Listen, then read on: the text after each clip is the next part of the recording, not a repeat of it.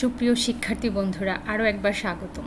আমাদের চলতি শিক্ষা সপ্তাহের সপ্তম সপ্তাহে আমাদের math 110 differential calculus and coordinate geometry কোর্সে যে সমস্ত বিষয়বস্তুগুলো এসেছে সেগুলোকে আবারও বাংলায় বলার চেষ্টা করছি।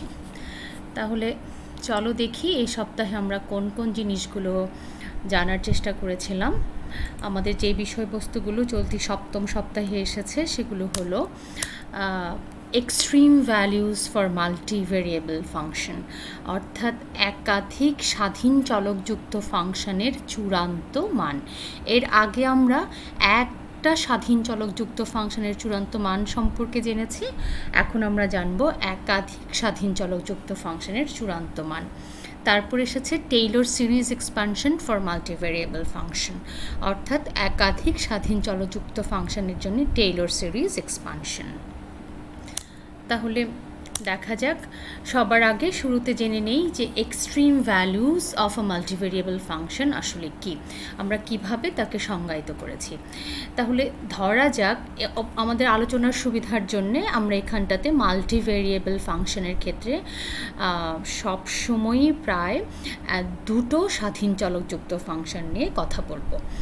তাহলে যদি আমি ধরে নেই আমার একটা function F of two variable, ওই ফাংশনটার একটা relative maximum at point X naught Y naught, অর্থাৎ একটা চূড়ান্ত গরিষ্ঠ মান থাকবে এক্স নট ওয়াই নট পয়েন্টে, যদি আমি ধরে নেই যে if there is a disc centred at X naught Y naught such that if x naught y naught is greater or equal f of xy for all points xy that lie inside the disk, অর্থাৎ ডিস্কটার সমস্ত বিন্দু থেকে যদি x naught why not বিন্দুতে ফাংশনটার মানটা সর্বোচ্চ হয়ে থাকে, তখন আমরা বলবো এক্স নট ওয়াই নট বিন্দুটা হবে এফ ফাংশনের একটা রিলেটিভ ম্যাক্সিমাম। তেমনি করে যদি এমন হয় এক্স নট ওয়াই নট বিন্দুতে ফাংশনটার মান সর্বনিম্ন হয়, তখন আমরা বলবো এক্স নট ওয়াই নট বিন্দুটাতে ফাংশনটার একটা রিলেটিভ মিনিমাম রয়েছে। আর অ্যাবসলিউট ম্যাক্সিমাম কখন হবে? যদি এমন হয় যে এক্স নট ওয়াই নট এই বিন্দুটাতে ফাংশনটার মান তার পুরো ডোমেইনের মধ্যে সবচাইতে বড়, তাহলে আমরা বলবো এক্স নট ওয়াই নট বিন্দুটাতে ফাংশনটার একটা অ্যাবসলিউট ম্যাক্সিমাম রয়েছে। তেমনি করে যদি এক্স নট ওয়াই নট বিন্দুতে ফাংশনটার সর্বনিম্ন মান থাকে তার পুরো ডোমেইনে, তখন আমি বলবো এক্স নট ওয়াই নট বিন্দুটাতে ফাংশনটার একটা অ্যাবসলিউট মিনিমাম রয়েছে। পুরো বিষয়গুলোকে আমরা একটা ছবির মাধ্যমে একটু দেখার চেষ্টা করি। এখানটাতে একটা function z is equal to F of X Y, তার যে রেখচিত্রটা অবশ্যই সেটা একটা তল, সেটাকে এই ব্লু তলটা দিয়ে দেখানো হয়েছে। তাহলে এই যে বিন্দুটা, এই বিন্দুটাতে ফাংশনটার একটা অ্যাবসলিউট মিনিমাম অকার করছে, কারণ এই পুরো ডোমেইনের মধ্যে এই বিন্দুটাতেই ফাংশনটার মান সর্বনিম্ন। তেমনি করে এখানটাতে এটা একটা রিলেটিভ মিনিমাম, কারণ আশপাশের এলাকা জুড়ে যদি আমি ভাবি তাহলে এই যে বিন্দুটা, এই বিন্দুটাতে ফাংশনটার মানটা সর্বনিম্ন। তেমনি করে এই বিন্দুটা, এখানটাতে ফাংশনটার একটা রিলেটিভ ম্যাক্সিমাম রয়েছে, এবং এই বিন্দুটাতে ফাংশনটার এখানটাতে পুরো ডোমেইনের মধ্যে সর্বোচ্চ মান অকার করছে, তাহলে সেটা হবে একটা অ্যাবসলিউট ম্যাক্সিমাম। তাহলে এবার আমরা জানবো যে একটা ফাংশন মাল্টিভেরিয়েবল ফাংশন, এখানে আগেই বলে নিয়েছি আমরা দুটো স্বাধীন চলকযুক্ত ফাংশন নিয়ে কথা বলবো। তাহলে তার অ্যাবসলিউট ম্যাক্সিমাম কিংবা অ্যাবসলিউট মিনিমাম, অর্থাৎ কোথায় তার চূড়ান্ত মান রয়েছে সেটা আমরা কিভাবে বের করব, এবং যদি চূড়ান্ত মান থেকেই থাকে তাহলে কেমন ধরনের চূড়ান্ত মান আছে সেটা আমরা কিভাবে বের করব।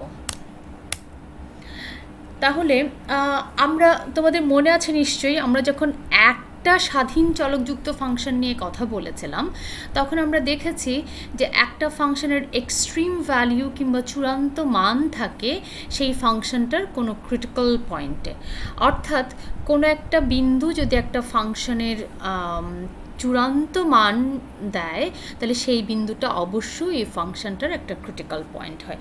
এখানেও তার ব্যত্যয় কিছু নয়, মাল্টিভেরিয়েবল ফাংশনের ক্ষেত্রেও একই ঘটনা। যেহেতু আমরা দুইটা স্বাধীন চলকযুক্ত ফাংশন নিয়ে কথা বলছি, তাহলে আমরা বলছি যে আ point x0 y0 in the domain of a function will be called a critical point of the function। ওই ফাংশনটার একটা সন্ধি বিন্দু হবে যদি ওই পয়েন্টটাতে ফাংশনটার পার্শিয়াল ডেরিভেটিভ কিংবা আংশিক অন্তরীকরণ উইথ রেসপেক্ট টু এক্স এবং আংশিক অন্তরীকরণ উইথ রেসপেক্ট টু ওয়াই দুটোর মান শূন্য হয়, অথবা যদি এদের যে কোনো একটা অর্থাৎ আংশিক অন্তরীকরণ উইথ রেসপেক্ট টু এক্স কিংবা আংশিক অন্তরীকরণ উইথ রেসপেক্ট টু ওয়াই তাদের কোনো একটা যদি এক্সিস্ট না করে, তখন আমরা বলবো x0 y0 বিন্দুটা হবে এই এফ ফাংশনের জন্যে একটা ক্রিটিক্যাল পয়েন্ট। এখন সেই ক্রিটিক্যাল পয়েন্টটাতে ফাংশনটার একটা এক্সট্রিম ভ্যালু কিংবা চূড়ান্ত মান অকার করতে পারে। আমরা তাহলে দেখব যদি x0 y0 বিন্দুটা একটা ফাংশনের চূড়ান্ত মান নির্দেশ করে, তাহলে কেমন ধরনের চূড়ান্ত মান ওই বিন্দুটাতে থাকবে। অর্থাৎ x0 y0 বিন্দুটা কি একটা গরিষ্ঠ মান নির্দেশ করবে না লঘিষ্ঠ মান নির্দেশ করবে। তাহলে এই x0 বিন্দুটাতে কেমন ধরনের মান অকার করবে সেটা জানার জন্য আমাকে একটা টেস্ট করতে হবে, যেটাকে আমরা বলি হচ্ছে দ্য সেকেন্ড পার্শিয়াল টেস্ট। আমাদের একটা থিওরাম রয়েছে, যে থিওরামটা সেকেন্ড পার্শিয়াল টেস্ট নামে পরিচিত। এই টেস্টটার মাধ্যমে আমরা বের করতে পারবো x0 y0 এই ক্রিটিক্যাল পয়েন্টটা যদি একটা এক্সট্রিম ভ্যালিউ নির্দেশ করে থাকে, অর্থাৎ যদি কোনো চূড়ান্ত মান দিয়ে থাকে, তাহলে সেটাতে কেমন ধরনের চূড়ান্ত মান থাকবে। তোমাদের মনে আছে নিশ্চয়ই, আমরা যখন একটা স্বাধীন চলকযুক্ত ফাংশনের কথা বলেছিলাম, তখনও কিন্তু বলেছি যে ক্রিটিক্যাল পয়েন্ট হলেই যে সেটাতে চূড়ান্ত মান নির্দেশ করবে তা নয়, সেটা পয়েন্ট অফ ইনফ্লেকশন হতে পারে। এখানটাতেও ঠিক তাই, একটা ক্রিটিক্যাল পয়েন্ট হলেই যে সেই পয়েন্টটাতে এক্সট্রিম ভ্যালু অকার করবে তা নয়, সেটার পয়েন্ট অফ ইনফ্লেকশনের মতো এখানে আরেকটা জিনিস আছে, যেটাকে আমরা বলি হচ্ছে স্যাডল পয়েন্ট। অর্থাৎ এই পয়েন্টটাতে কোনো এক্সট্রিম ম্যাক্সিমা কিংবা মিনিমা হবে না, বাট সেই পয়েন্টটা একটা ক্রিটিক্যাল কিংবা সন্ধি বিন্দু। তাহলে এই যে টেস্টটা, এই টেস্টটা আমরা করছি জেনে আমরা ধরে নেই যে x0 y0 একটা ক্রিটিক্যাল পয়েন্ট এবং সেই সাথে এই পয়েন্টটাতে ফাংশনটার একটা এক্সট্রিম ভ্যালু আছে। সো এই টেস্টটা দিয়ে আমরা যে কাজটা করতে পারবো সেটা হলো এই x0 y0 এই বিন্দুটাতে কি ফাংশনটার কোনো গরিষ্ঠ মান নাকি লঘিষ্ঠ মান আছে, এই বিষয়টাকে আমরা বের করে আনতে পারবো। তাহলে চলো দেখি আমরা কিভাবে এই টেস্ট কিংবা এই থিওরামটা আমাদেরকে কি বলে। এই টেস্টটা করার জন্য আমাকে এই একটা কোয়ান্টিটি আমাকে একটু হিসেব করে দেখতে হবে, যেটাকে আমরা ডি দিয়ে নির্দেশ করেছি। সো ডি বিষয়টা কি, ডি বলছি F x x at x0 y0 into F Y Y into x0 y0 minus F X Y square x0 y0। তোমাদের নিশ্চয়ই মনে আছে এক্স এক্স মানে হচ্ছে second order partial derivative with respect to X, second order partial derivative with respect to Y at the point x0 y0 minus F X Y square at x0 y0। এখন এই ডিটা হিসেব করে দেখার পর যদি আমরা দেখি যদি ডি এর মান পজিটিভ হয় এবং এফ এক্স এক্স x0 y0টাও পজিটিভ হয়, তখন আমরা বলবো যে ফাংশন এফ তার একটা রিলেটিভ মিনিমাম রয়েছে x0 y0। তেমনি করে যদি ডি এর মান পজিটিভ এবং f x x at x0 y0টা নেগেটিভ হয়, তখন আমরা বলবো f has a relative maximum at x0 y0।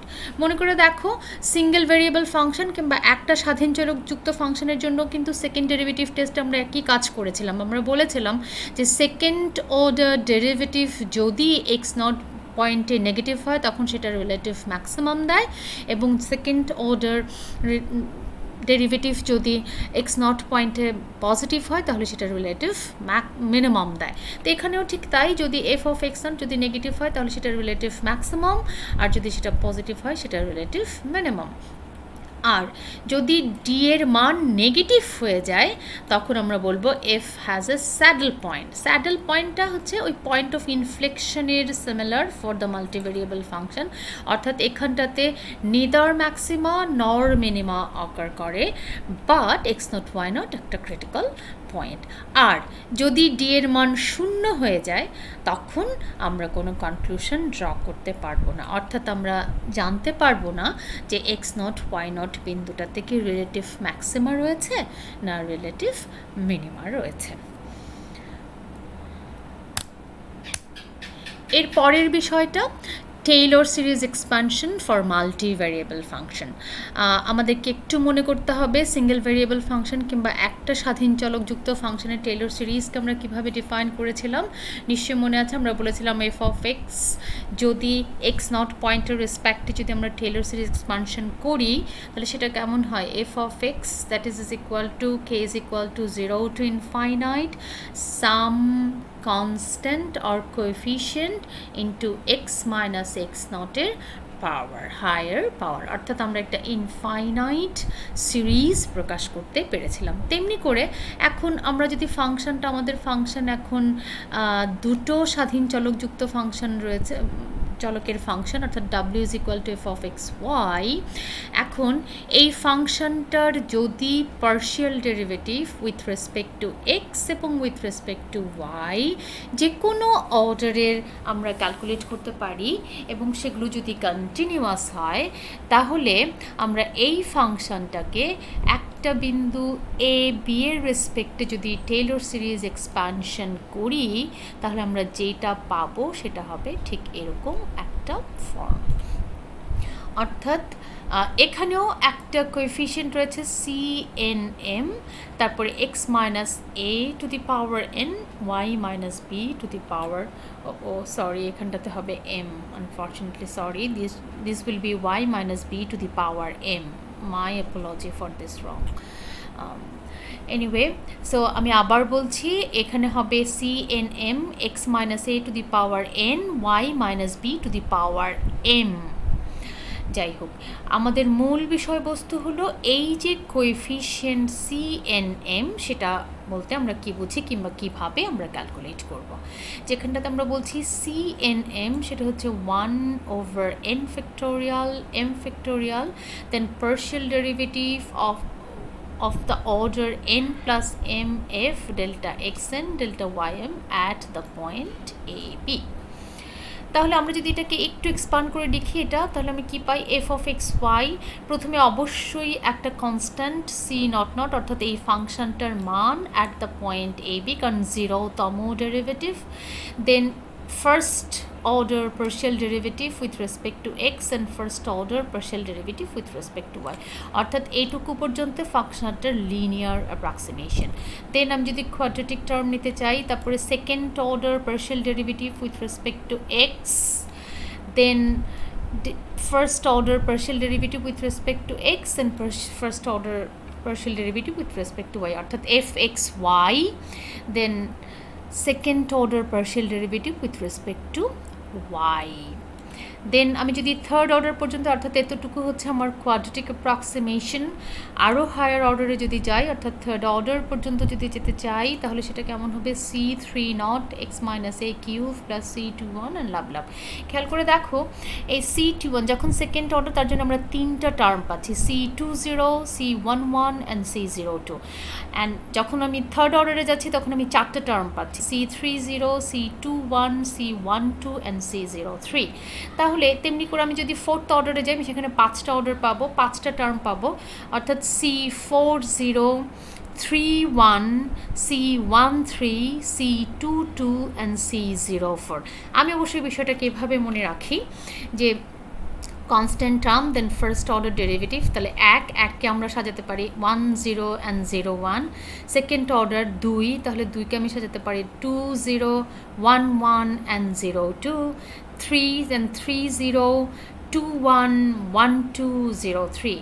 তাহলে তেমনি করে যদি 4 হয় তাহলে কি হবে, C40 x minus a to the power 4 plus C31 x minus a cube y minus b plus C22 x minus a square y minus b square, then C04 x y minus b to the power 4 and so on. তাহলে আমাকে একটা function তার দুটো স্বাধীন চলক রয়েছে তার যদি টেলর সিরিজ এক্সপানশন করতে চাই তাহলে আমরা ঠিক এভাবে করে টেলর সিরিজ এক্সপানশন করতে পারবো। আমাদেরকে এক্সপানশনটাকে লেখার জন্য যে কাজটা করতে হবে সেটা হলো এই কোএফিশিয়েন্টগুলোকে ক্যালকুলেট করে নিতে হবে। আর এই কোএফিশিয়েন্টগুলো আর কিছুই না, ওই ফাংশনটার পার্শিয়াল ডেরিভেটিভ কিংবা আংশিক অন্তরীকরণ with respect to x and y, অর্থাৎ স্বাধীন চলকগুলোর সাপেক্ষে তার আংশিক অন্তরীকরণ বিভিন্ন অর্ডারের। অনেক ধন্যবাদ ভিডিওটি শোনার জন্য।